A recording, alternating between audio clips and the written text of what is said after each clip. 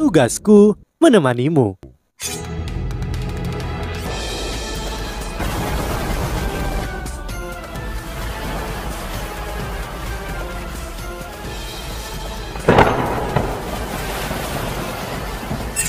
Hai sahabat Pasuk, kembali lagi bersama alur cerita versi novel Solen 2 Sekte Tang yang tak tertandingi.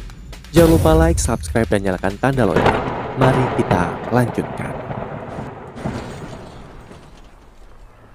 Dia tidak bisa membiarkannya berantakan.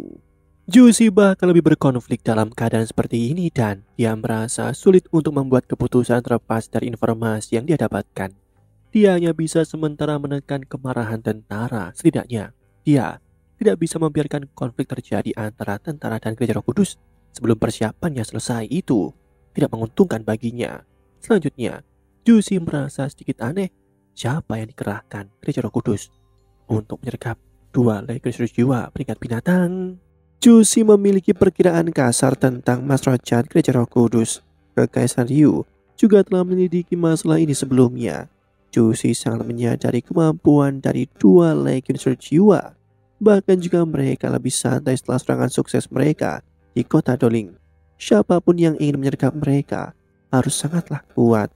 Makhluk mati, banyak makhluk mayat hidup. Itu terdengar seperti metode Gereja Roh Kudus, tapi ada beberapa keraguan dalam laporan Xiaoshuanchan yang menarik perhatiannya. Musuh-musuh mereka bisa menyembunyikan diri. Fakta itu sangat membuat jantung Juicy berdetak kencang. Ada Mas Roh yang tahu bagaimana cara menyembunyikan diri, dan ada juga Mas Roh yang bisa melakukan hal yang sama. Tapi dia tahu hanya satu orang yang mahir dalam penyembunyian. Bahkan dengan dia sendiri, kekuatan bertarungnya sangatlah kuat. Selanjutnya, Xiaoshuanchan juga mengatakan kepadanya bahwa ada seseorang yang memiliki kemampuan es dan salju yang luar biasa di antara para Mas Roh jahat yang telah menyerang mereka.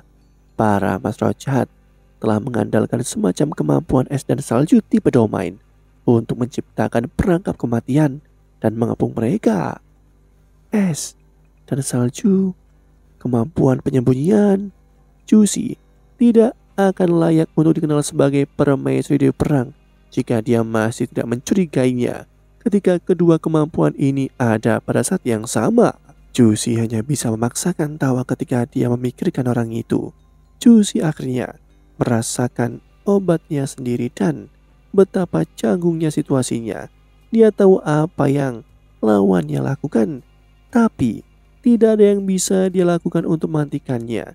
Dia bahkan tidak bisa mengekspos identitas lawannya. Mungkinkah ini dia?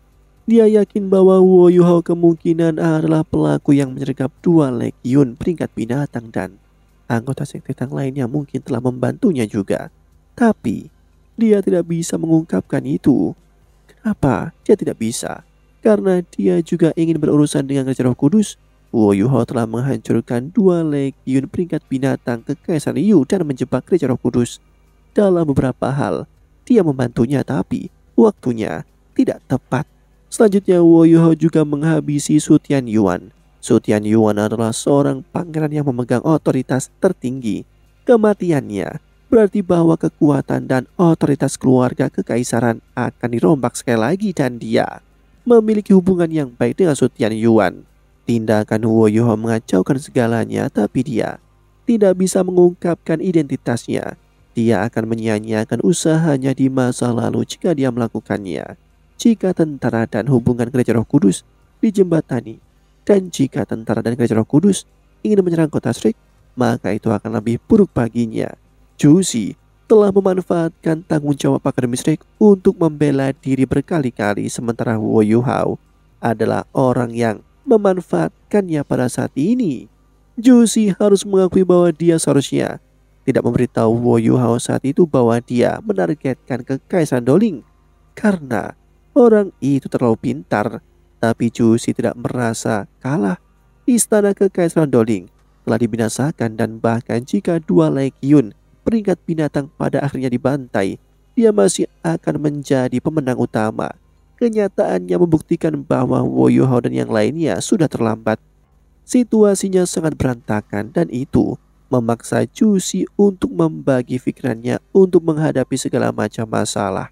Dia masih sangat sibuk dengan pekerjaan ketika dia mendengar suara Wo Yuhao dari luar. Reaksi pertama Juicy ketika dia mendengar suara Wo Yuhao adalah, jadi orang yang menyergap kedua pasukanku bukan dia? Ya, jika dia yang melakukannya, mengapa dia kembali begitu cepat? Dan apa yang dia coba lakukan? Apakah dia benar-benar berpikir bahwa aku ingin menangkapnya? Atau apakah dia mencoba menggunakan hubungan kita untuk membuatku bingung? Tidak, bukan itu yang dilakukan. Juicy sedikit terkejut dan pikirannya terasa sedikit kosong. Seperti yang dikatakan Wo Yuhao sendiri, dia harus memberi Juicy kejutan untuk berurusan dengannya. Dia telah berhasil untuk saat ini. Laporan Xia Xuanchen mengatakan bahwa tentara yang tersisa dari 2 legiun akan kembali di kamp militer di malam hari. Itu karena mereka harus menutup banyak masalah, dan alasan lain adalah karena mereka menjadi sangat tegang dan khawatir setelah Wo Yuhao menyerang mereka terus-menerus. Mereka tidak punya pilihan selain berhati-hati. Selain itu, eksploitasi mereka sebelumnya membuat mereka sangat lelah. Mereka sudah mencoba yang terbaik untuk mencapai kemah pada malam hari. Karena itu, Juicy segera menyadari setelah linglungnya sesaat bahwa Wo Yuhao mungkin masih memanfaatkannya. Orang pintar yang ingin mengalahkan orang lain harus berpikir lebih cermat. Jika Wo Yuhao secara tetap menghitung waktu yang dibutuhkan kedua legiun ini untuk kembali, apa yang dilakukan tepatnya? Teruskan perintahku. Legiun Phoenix Api akan dimobilisasi dan mereka akan mengantarkanku untuk melihat apa yang dilakukan oleh orang itu. Semua benteng alat jiwa, siapkan pertahanan terkait, tetapi tahan api. Beritahu semua instruksi jiwa kelas 8 ke atas untuk berkumpul di langit dan bersiap untuk pertempuran. Juicy memberi serangkaian perintah sebelum dia kembali dari tendanya.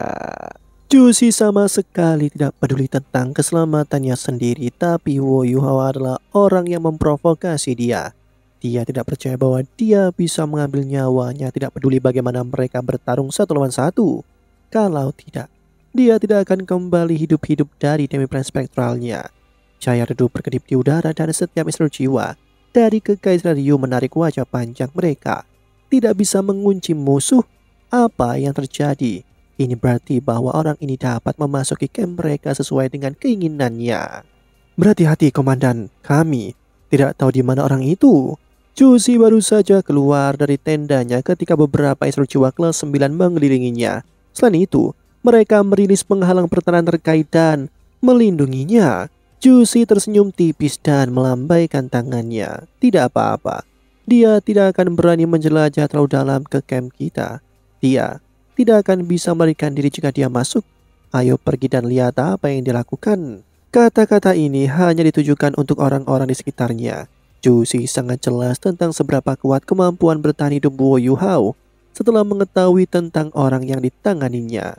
Komandan, Legiun Phoenix Api telah dikumpulkan. Juicy mengangguk. Legiun Phoenix Api akan mengikutiku ke udara. Aktifkan penghalang pertahanan terkait Legiun. Wo Yuhao dan Tang Wutong masih di langit, tetapi mereka disembunyikan dengan imitasi dan tidak ada yang bisa melihat di mana mereka berada. Cahaya terus berkedip ketika satu bola cahaya bersinar di langit. Sebuah bola merah menyala perlahan-lahan naik dari perkemahan Kekaisaran Ryu. Bola itu tembus cahaya dan apa yang terjadi di dalamnya bisa diamati dengan samar. Instruksi jiwa Legiun Phoenix Api semuanya mengenakan alat jiwa merah menyala dan peralatan mereka sangat mencolok. Status Legiun Phoenix Api di antara 4 Legiun instruksi jiwa peringkat binatang awalnya hanya kedua setelah Legiun Naga Kekaisaran. Sejak Juicy mengambil alih dan setelah dia menerima dukungan keras Sutiaran, bersama dengan reputasinya yang meningkat sebagai permaisuri Dewi Perang, status Legiun Phoenix Api semakin meningkat sebanding dengan status Legiun Naga Kekaisaran. Berkas cahaya menyala satu demi satu di langit. Fenomena terjadi. Itu terjadi karena suhu tinggi. Karena alat jiwa Legiun Phoenix Api terutama adalah senjata tipe api. Juicy melayang di dalam bola. Dia mengenakan alat jiwa berbentuk manusia yang luar biasa, yang berwarna merah keemasan yang melindungi tubuhnya dengan sempurna. Yu Hao dapat merasakan bahwa ini berbeda dari alat jiwa berbentuk manusia lainnya dari Kekaisaran Yu.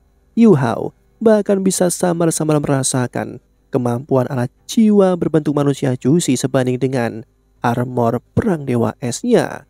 Bahkan mungkin ini lebih unggul dalam beberapa hal. Sebagai contoh, bahkan Jusi dapat menggunakan alat jiwa berbentuk manusianya yang adalah alat jiwa kelas 9 puncak di peringkat kultivasinya. Ini berarti bahwa alat jiwanya yang berbentuk manusia dapat mengurangi tekanan untuk penggunaan. Karakteristik ini adalah sesuatu yang tidak dimiliki oleh armor perang Dewa Es-nya. Melihat ini, Huo Yuhao muncul kembali di udara dengan ekspresi serius di wajahnya. Banyak alat jiwa di bawahnya terkunci padanya sekali lagi saat dia mengungkapkan dirinya. Namun seluruh jiwa yang bertanggung jawab untuk mengunci posisinya dengan cepat menyadari keheranan mereka bahwa mereka tampaknya mengunci ketiadaan. Mereka tidak bisa mendeteksi keberadaan yang hidup sama sekali. Namun, mata mereka bisa melihatnya. Huo Yuhao sekarang adalah veteran, jadi dia tidak akan menempatkan dirinya dalam bahaya. Apa yang dia lakukan sebenarnya sangat sederhana. Dia menggunakan domain gangguan spiritual dan membuat hologram 100 meter darinya. Seluruh jiwa dapat mengunci itu sebanyak yang mereka inginkan, tapi mereka masih tidak akan menemukan lokasi tepatnya. Selanjutnya, deteksi spiritual Huo Yuhao meliputi seluruh tempat. Selama itu tidak menyentuh penghalang spiritual, alat jiwa apapun yang akan menembak akan muncul dalam jangkauan deteksinya.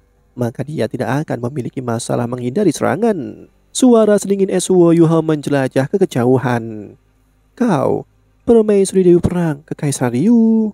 Namun nadanya tampak sedikit berubah ketika dia mengucapkan beberapa suku kata terakhir. Bagaimana mungkin nadanya tidak berubah? Ada tangan kecil mencubit pinggangnya dan memutar dagingnya 180 derajat. Terus berpura-pura. Tang Wutong berpikir sendiri dengan marah.